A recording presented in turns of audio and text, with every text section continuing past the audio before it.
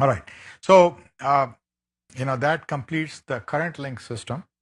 And when we have power levels about 1,000 megawatts and higher, current link systems are generally used. But current link systems have the problem that they always consume reactive power at the rectifier end as well as the inverter end. And there are some other shortcomings. So, these voltage link systems are beginning to appear. And in voltage link systems, what we have is a converter made up of not thyristors, rather it's made up of transistors like IGBTs.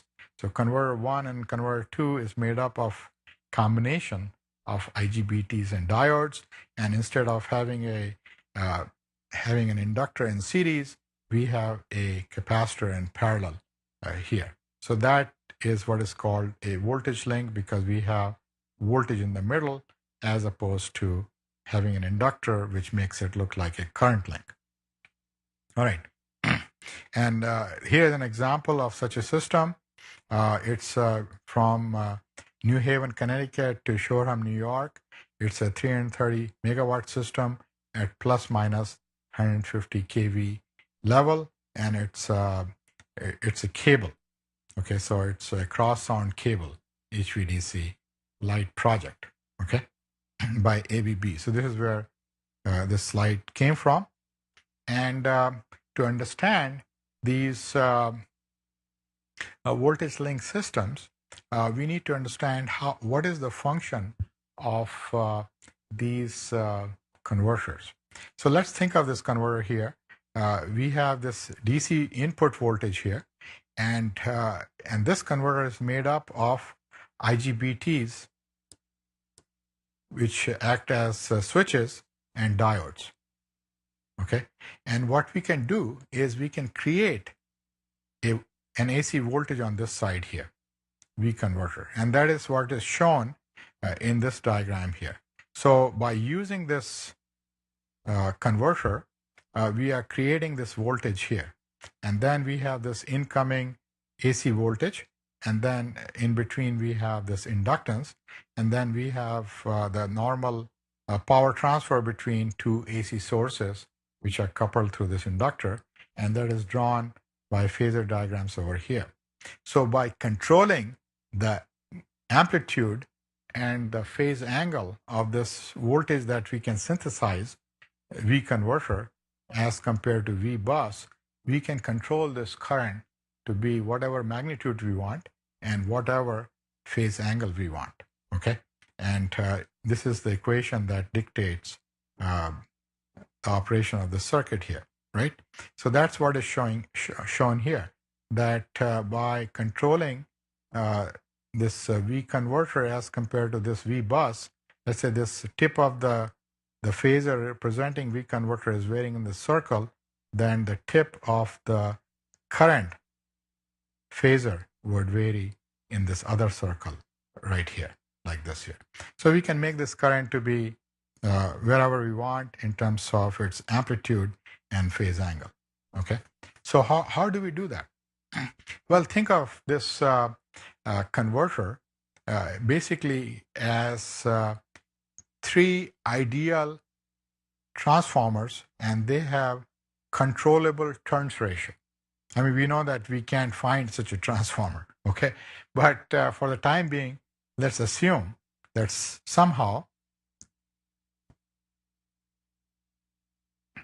we have found such transformers where we can electronically control the turns ratio, and the turns ratio is 1 to dA, and any of these D's, let's say it's within this limit 0 and 1 over here. Okay, so we have such three transformers, and let's just zero in on one of these here. Okay, so the current here is IA, and the voltage we are getting on the other side of this transformer is VAN, the voltage of A with respect to this point N over here. Okay, and IDA is coming in from this side over here. All right, so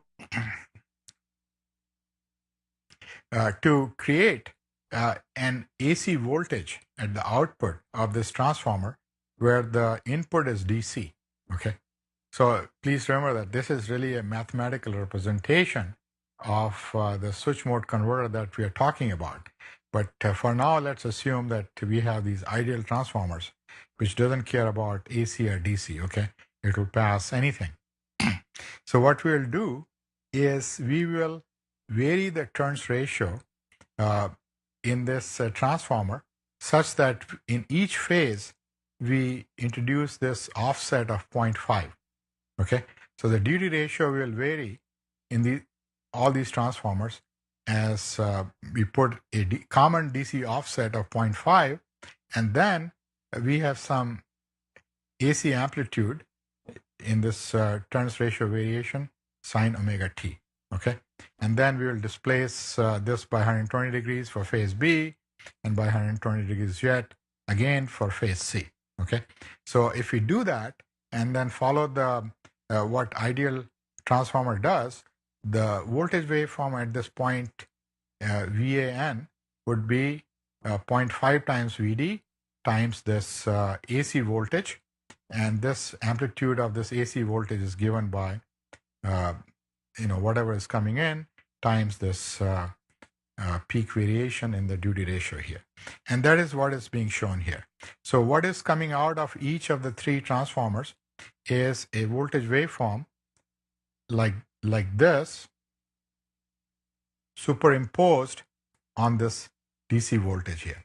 So this DC voltage would cancel out because that's really a common mode voltage that is present in all three output phases of this transformer, and that is what is shown here, that in each output phase we have a same DC voltage here, VD over 2, and on top of that we have this AC voltages superimposed here.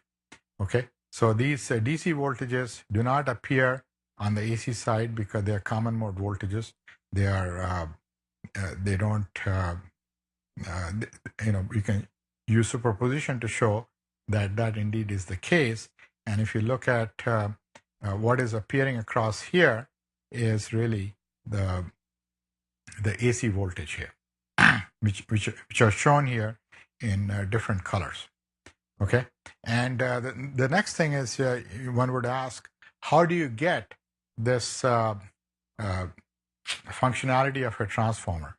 Well, the way we get it is by using a switching power pole like this here, where think of it as a perfect bipositional switch. When Q sub A is equal to 1, this switch is in the top position, and when Q sub A is equal to 0, this is in a bottom position.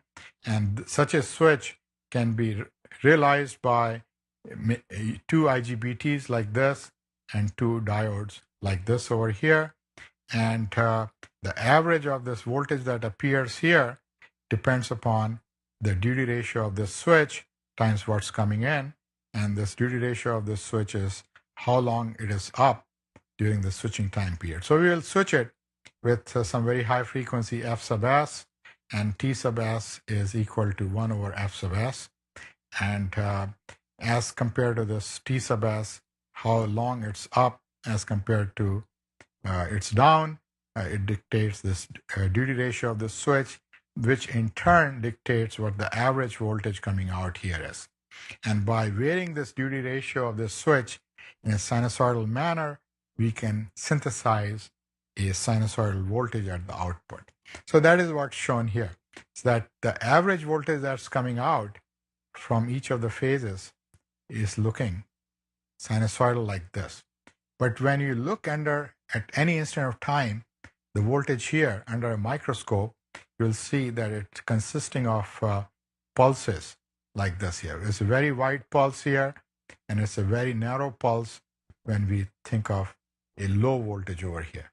So by modulating these pulses, and that is what's called pulse width modulation, we can then synthesize an AC voltage as we see here. The thing to recognize is that it's not a perfect 60 hertz voltage that we are generating, it has harmonics at the switching frequencies and its multiples, and these harmonics are given here. So we have to require some filter, but these are at very high frequencies that we are switching, so the filtering requirement is not as severe as we have in current link systems. Okay, so that basically covers this topic of HVDC transmission systems. We talked about the benefits of HVDC, why we use them, and what makes them possible, these power semiconductor devices. Then we looked at various systems consisting of current link for very large power levels, and in order to understand that, we had to look at thyristor converters, and also we looked at how we can control power flow in these current link systems. And then now at least up to 1,000 megawatts, voltage link systems are also beginning to be used. So thank you very much.